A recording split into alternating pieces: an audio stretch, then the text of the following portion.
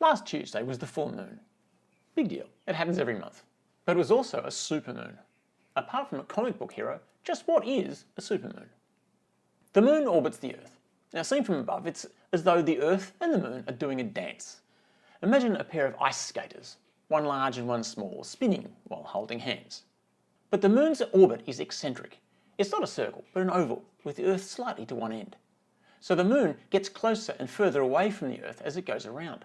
So now imagine our two ice skaters not holding hands, but joined by a spring that expands and contracts.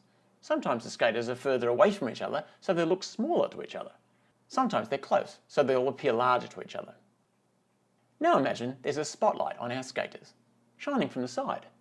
As the skaters spin around, sometimes the spotlight illuminates one skater's face, and sometimes it illuminates the side of their head. Somewhat strangely, this spotlight is in a lift, and it moves up and down, sometimes shining from above and sometimes shining from the floor level. Yeah, I'm getting there. There's a lot going on here.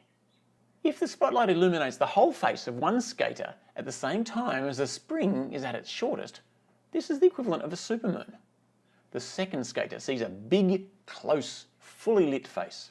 If that all happens when the spotlight is just at the floor level and the fully lit face gets shadowed just for a second by the other skater's head, that's a lunar eclipse as well.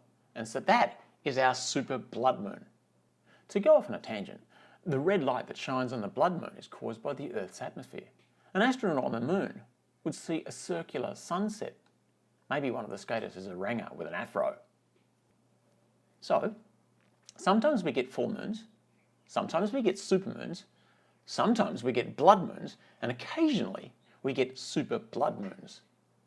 So a full moon is usual. Add the moon being closest to the Earth, that's a supermoon. Add a lunar eclipse, and that's a super blood moon. Now, can someone explain a super blood wolf moon?